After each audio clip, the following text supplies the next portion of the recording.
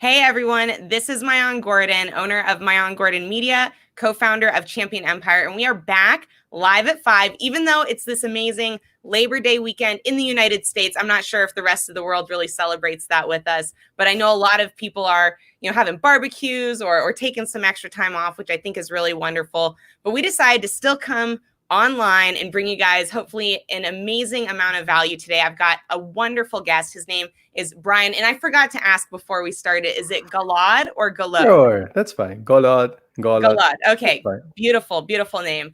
Why don't you go ahead and introduce yourself to people? I connected with Brian through LinkedIn. He actually had me on his live stream, which was really a lot of fun. But how would you describe yourself to people if you kind of had to describe the person that you are?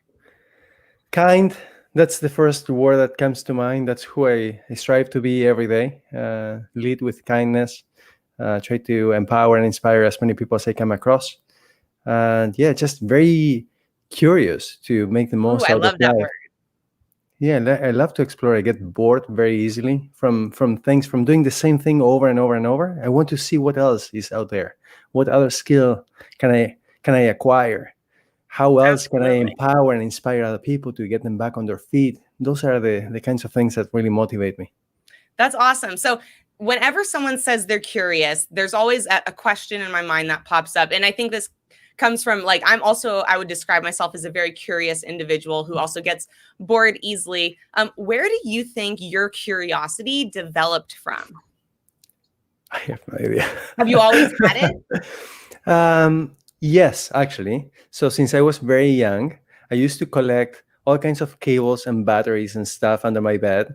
Why under your bed? Were you not supposed to have them? I guess I was not supposed to have them, and I was collecting way more than I was supposed to.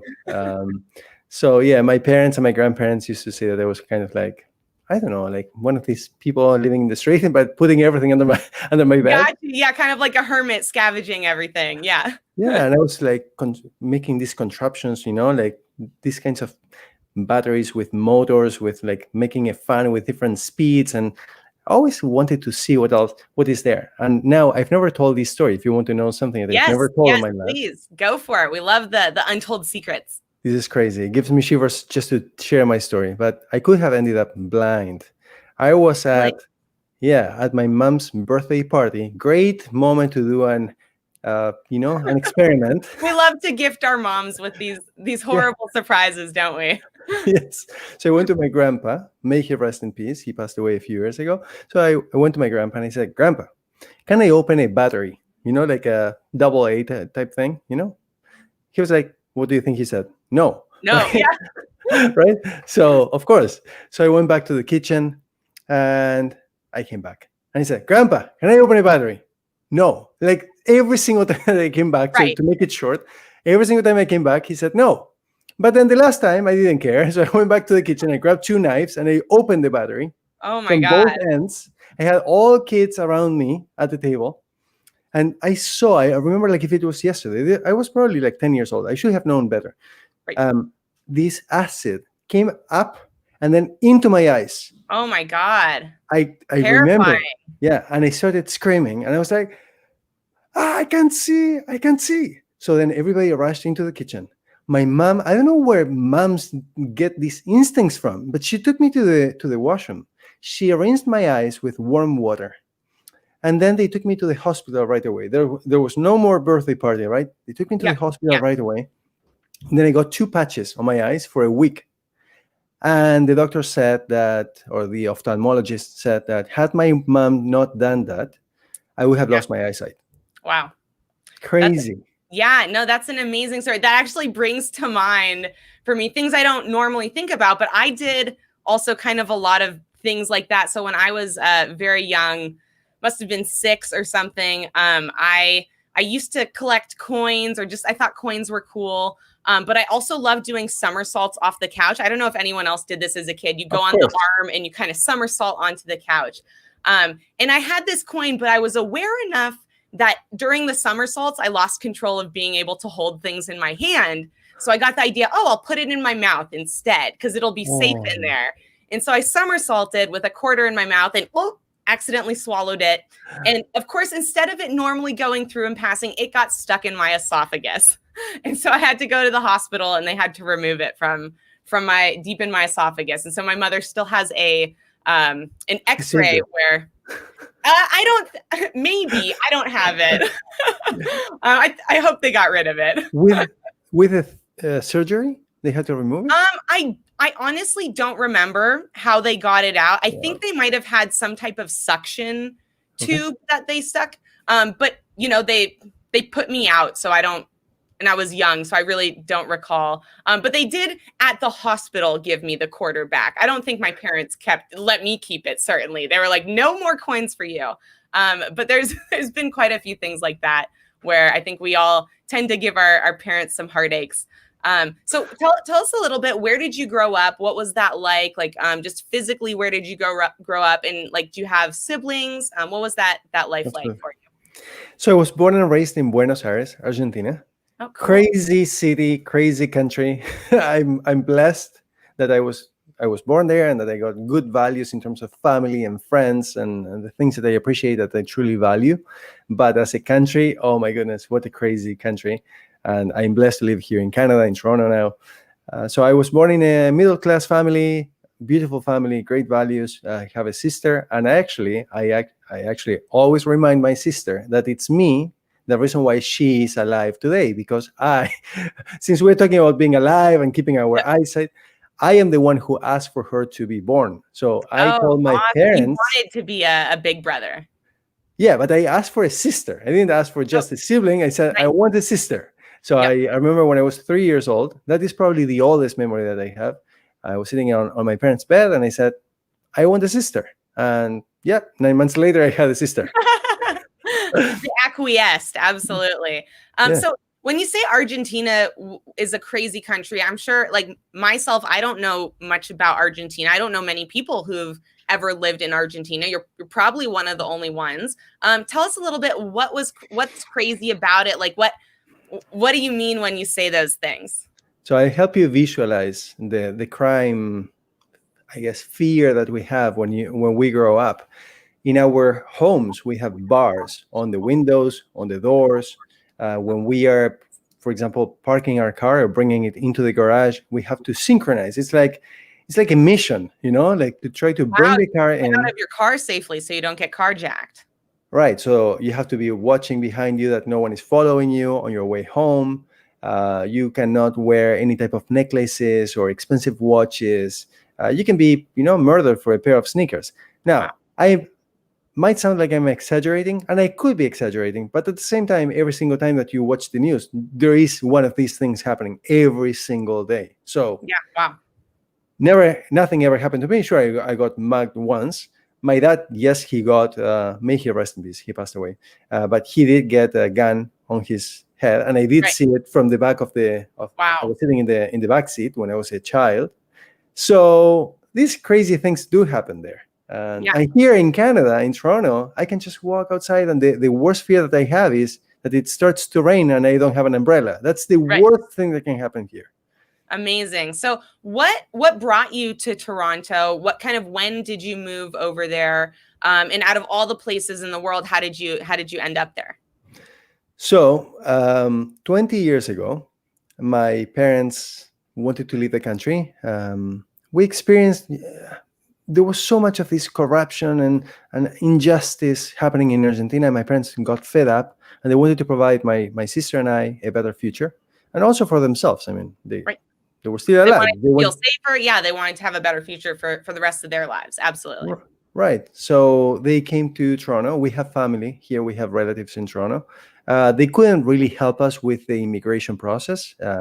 Our blood is not that close that they could have helped us with that. But they did open the door of their home to welcome us my parents, when they came to visit the country to see what Canada looked like, and they absolutely fell in love with it. Here in Canada, you see cars all the time with the doors open.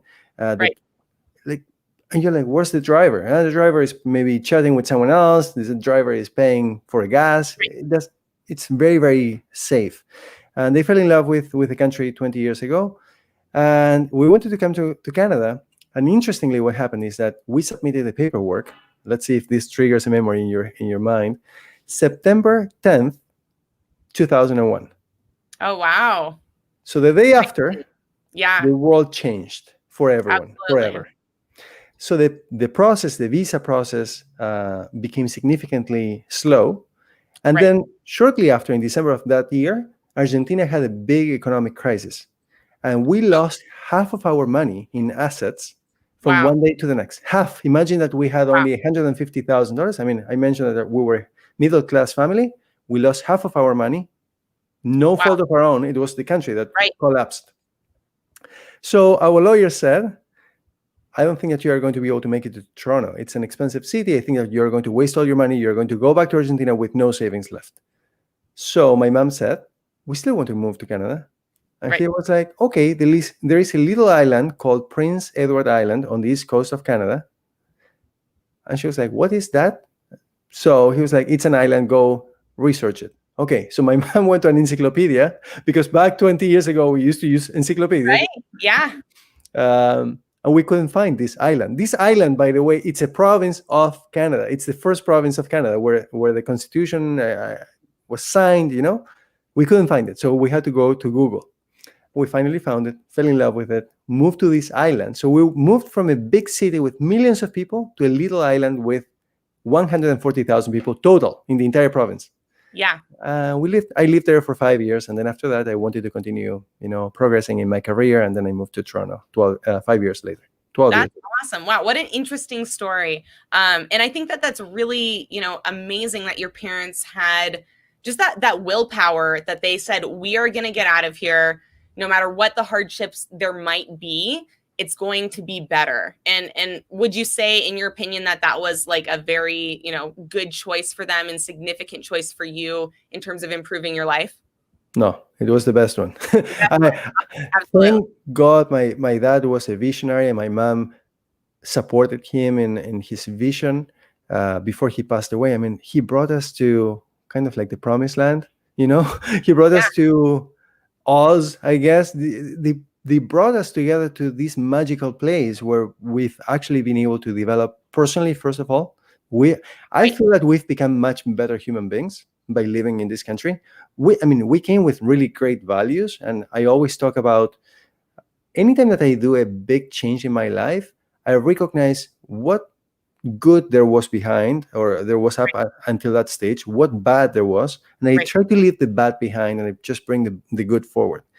But this country really made us so much better humans for everybody, for the rest of the world. Tell me a little bit about that, because I think that's a really interesting concept and something I also I've felt very strongly towards, that like your environment has a huge impact on your ability to grow. And kind of the analogy I like to use is when you're planting flowers in a garden and the flower's not growing properly, you don't blame the flower, you blame the soil or the sunlight. It's always going to be an environmental factor as to why that flower isn't blooming and flourishing. And the same thing I think is true of people, where yes, we have choices in control that we can impose upon our environment, but really that environment so matters. So could you tell me a little bit about what are some of the things in your environment that you experienced that you now looking back are going, that helped make me a better person?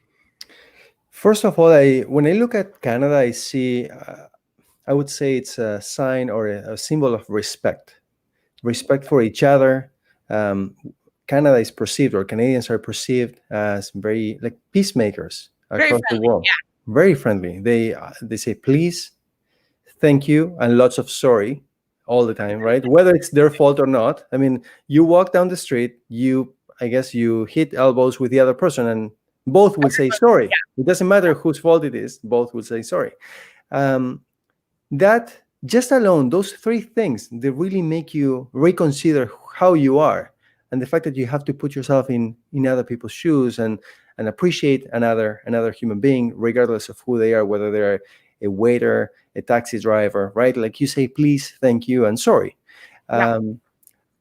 It seems very, I don't know, very superficial, very, very, very simple things, not superficial, but very simple things, but they really guide us. There are principles that guide this country so much.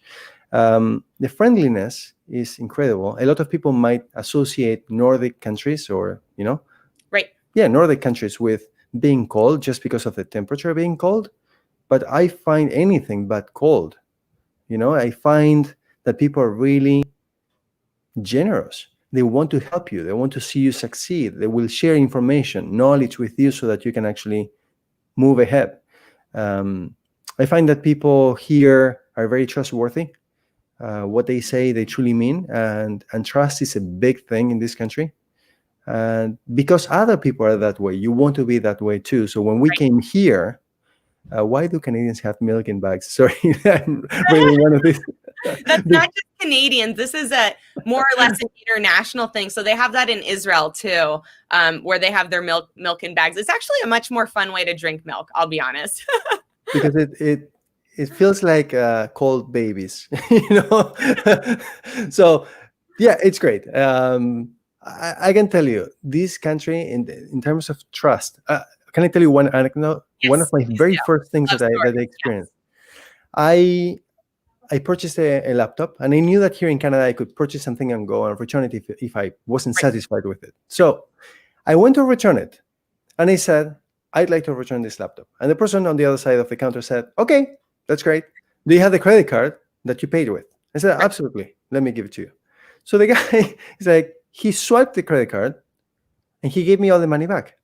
I was like, wait a second, the laptop is here on my side still, right? Like, it doesn't make any sense. Right. You were like, you trust, what's going on? Don't you want it back first? Like, yeah. Right. So I was like, hold on, you already gave me the money back? Yeah. I was like, don't you want to check the laptop? He's like, no, I mean, it must be there, right? It must be there. It must be there. That's what he said. It must be there. I was like, wait, but you haven't checked. He's like, yeah, but it must be there. I was like, can you check? I was like, what? Why? What for? I was like, just to make sure that it's there. He's like, but if you're telling me that it's there, right? So anyway, I was like, please check. So he opens the thing. He opens the lid of the box. He's like, yeah, it's there. I was like, are you kidding me? Like, I was like, just check it, check the serial, open it, make sure that it's not cracked, right? I don't want any problem. In Argentina, when they sell you something, it's like, you touch it, it's yours, right? It's not yours anymore. Good luck. These backsies, as we would say here. Yeah. Yeah. So complete different culture, around retail, like your experience, how they trust you, how they treat you. It's amazing. Amazing. That's awesome. So I know that like all of these experiences that you've just described here have pushed you a bit into what you do now. Could you kind of tell people what do you do for work right now to make a living? And then kind of how have you translated some of your passions around the country into, I know that, again, like you said, you're really passionate about being kind to and helping other people. So what does that look like for you today? Thank you for asking. So for the longest time, for 23 years, I was in the technology industry. I started when I was young, when I was 13 years old. I studied computer science. And for the longest time, I was in that career, moving up, doing different roles. And then 2.5 years ago, I became engaged, I guess, on LinkedIn. I became active on LinkedIn. I realized that there was a social media platform on LinkedIn. Right. And believe it or not, the reason why I'm telling you this is because LinkedIn changed my life forever. Yeah, I believe it. Same here. I was able to rediscover myself. I've always had this personality of being kind and generous and caring for other people. But LinkedIn, it's on steroids. It really helped me amplify my voice, and it gave me so much confidence. And I've been able to make a true impact in other people's lives, and not just people here in Canada, but from across the world. Yeah. And I learned that the more different we look on the surface, the better it is for us as human beings. I've been able to learn so much from people from across the world. The very first person that I truly helped is a gentleman. His name is Jean-Claude. I call him Claude, or friends call him Claude, who lives in South Africa. And on the surface, he is in logistics. I was in technology. He is in South Africa. I was in Toronto, in Canada. He's black and I am white. If you look on the surface, why would I accept his connection request? It makes no sense, right? Why? What's in it for me? But what I learned here on LinkedIn is that it's not about me. It's what I can do for other people. And when I helped him, so he was unemployed for the longest time, for almost 2 years. I mentored him for 35 minutes, and the next day he became the right hand of the CEO of a multinational. Wow. That's amazing. And then I was like, was this a coincidence where the planets aligned? And when he found out that he became the right hand of the CEO of a multinational, that was the anniversary of the passing of my dad, 5-year anniversary. That's when I asked myself, is it a sign? Like, I believe in these kinds of signs, Yeah. I was like, is my dad trying to tell me something? Right. And then I pushed myself to see whether this was a coincidence or whether I had some skills that could really help other people too. And then I went on a quest to try to find other people. And then the next 7 people that I found, every single one of them went to an interview.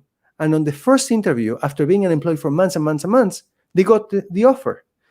So Wow. that's when I realized, wait, I need to do a lot more of this because I can really have a positive impact in other people's lives who are struggling. So I've helped people with interviews, with resumes, with cover letters, with negotiation skills. I helped someone go from $90,000 to $160,000 in 1 week. From 1 week to the next, $70,000 extra. And now I help people immigrate to Canada because there are so many scammers out there. I cannot tolerate that. So I want to protect people. And although I cannot stop all the scams in the world, if I can attract some of those people my way, I will help them arrive to Canada safely so that they only pay if they actually make it to Canada. Otherwise, gotcha. No, yeah, absolutely. I think that's a really wonderful thing, because I think people who are immigrating to different places, immigrating, I'm not sure. But when you're moving from one country to another, oftentimes there's a level of desperation from the people who are moving. And there are, unfortunately, a lot of people who will prey on the desperation of other individuals, whether that's someone who's sick or whether that's someone who needs to move to a safer place. And those people are in a situation where they know that they might be getting scammed, but will still move forward with something because the other option is just something they refuse to accept, which is, not taking action towards trying to make their life better. So I think that's a really cool thing. Who are the types of people in general that you connect with about, moving to Canada? Like what does it look like for someone? Like, why do people want to move? I mean, you just described a lot of really great reasons of why someone would want to move there. But in your experience, actually working with people, what are some of the reasons that people come to move to Canada? Most people who want to come to Canada are professionals already, who are maybe 25 years old or older. There are some people who are on the older side, like 45 plus. Just for anyone who's watching or who might watch this in the future, just know that my parents arrived here when they were 45 years old, and they've done incredibly well. So Canada doesn't say what the age limit is. If you have the conditions to be able to come to this amazing country and add value and contribute to this amazing society and continue to build this great country, then great. As long as you qualify, that's awesome. There are many different pathways to be able to come to Canada to continue to develop yourself professionally and personally. People who want to come here typically are, I have to tell you, with 193,000 followers, I can tell you that I receive thousands of messages per week, and LinkedIn doesn't make it easy for me. The inbox is not that easy. So now I'm taking everybody outside of my inbox because I just can't keep up with it. So typically they're parents, just like my parents back in the day, who have either young children or maybe adolescents, teenagers, who want to provide a much better future for their children and themselves. A lot of people are coming from African countries, also from India, right? But typically from places where they feel very unsafe. They cannot tolerate living that way anymore. Right. And it resonates with me because I know exactly what they're going through, because I'm like, I had the exact same experience back in the day, 20 years ago. So I put myself in their shoes, and the last thing that I want is for them to pay towards, I call it smoke and mirrors or hope. You're not. Can I tell you something? There are a lot of professionals who will provide you with a service, regardless of what the outcome is. They will still get paid, right? Let's say lawyers, immigration consultants, agents. What I propose here, or what I came here to disrupt and change, is that if you're paying towards something, but you don't get the outcome that you were promised, that you were told, that you were given the confidence that could potentially be attained, then your money should be returned back to you, because nothing changed in your life. At least take that money to live better where you live, or try to go and live somewhere else. It's easy when you are in a first world country to say, yeah, sure, we can help you, right? You're just fueling that hope that that person has and taking their money with no necessary guarantee. So what I've become for people is kind of like their trustee. When someone is paying, they're paying through me towards someone else so that I have the final say on, oh, no, you didn't get to Canada, you get your money back. Right. So that's how I'm trying to make a difference in their lives. That's awesome. I think that's really amazing. And I think, anyone watching this right now, if you have, whether you're interested to move to Canada or you have questions about this whole process and how it works, I think Brian's an amazing resource and someone who absolutely is incredibly kind and will take the time to answer your questions and give you a sense of confidence that you probably don't have right now. Even if he's not the one to help you out, that he can make you feel much more safe just within the process of whatever it is you're going through, because he's lived through that experience. And I really do believe that the people who can help, certain people the best are the people who've actually experienced it. So one of the things that I know I'm uniquely qualified to help people with is getting through extreme financial stressful situations, because I was homeless.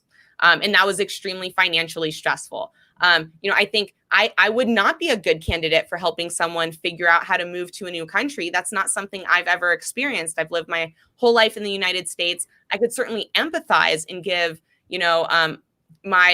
my advice or perspective, but it wouldn't be the same as the advice that Brian could give or the perspective that Brian has. So if you are thinking about moving to a different country, whether that's Canada or whether that's the United States or anywhere else, Brian's experience in that process, I think, would be really, really valuable to you, even if you're just thinking about going through it now. So if people want to reach out to you, it sounds like LinkedIn's probably the best, but do you have like an email or a different way that you're trying to connect with people now that your LinkedIn's getting crazy and the inbox is very unorganized? There's no way to like sort anything in it. Absolutely. Yeah, absolutely. I appreciate, first of all, your kind words. So thank you for saying that. You can go to, so I organize a lot of free webinars for people who are maybe thinking about it, but are unsure, right? So that they can find out. So I make them free so that people can at least learn more before they actually spend even one penny, right? So if you want to ever join my free webinars, go to canadadreamlife.com, canadadreamlife.com. I'm going to create a banner for that real quick and pop it up. canadadreamlife.com. Is that right?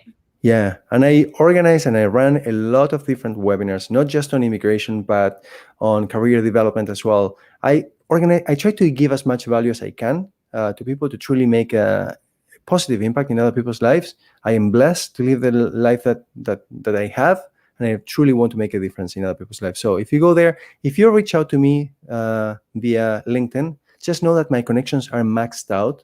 So one of the things that you can do to reach out to me is send me a private message instead. Or you can do both if you want. You can send me a connection request, but send me a private message or send me a personalized invite.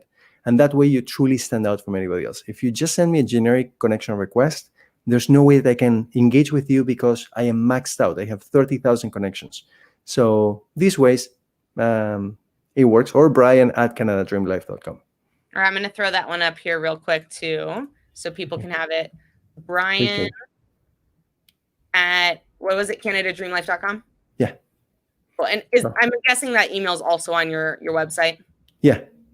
Awesome. Yeah. So you guys, that I would suggest that that's probably the best way to reach out to him is directly through his email. That way, put something in the title in the subject line that's going to catch his attention. Let him know, I need help in emigrating to Canada, or I need help about immigration. And that'll catch his attention. And then you can write whatever you want in the email. And I really encourage you guys, no matter what you're going for, no matter what changes that you're trying to make in your life over the coming year, over the coming years, find people like Brian who want to help you, who have, created an abundance in their own life and created enough happiness and fulfillment in their life where they're overflowing with it. And they really want to deliver it to other people, because the truth of it is a person can only hold so much happiness inside of them. But fulfillment is something we can pour more and more into our soul. And so once you reach a level of fulfilled happiness in your own life, all you really want to do is deliver that to other people, because that's the only way to become happier, so to speak, or more fulfilled. And I can definitely tell that from my short interactions with, we haven't known each other that long. I'm excited to, continue our conversations into the future. But he's truly a kind person, truly someone that wants to help other people. And that's why I brought him on the show today. So thank you guys so much. Thank you so much, Brian, for reaching out, and hope to see you guys again tomorrow night.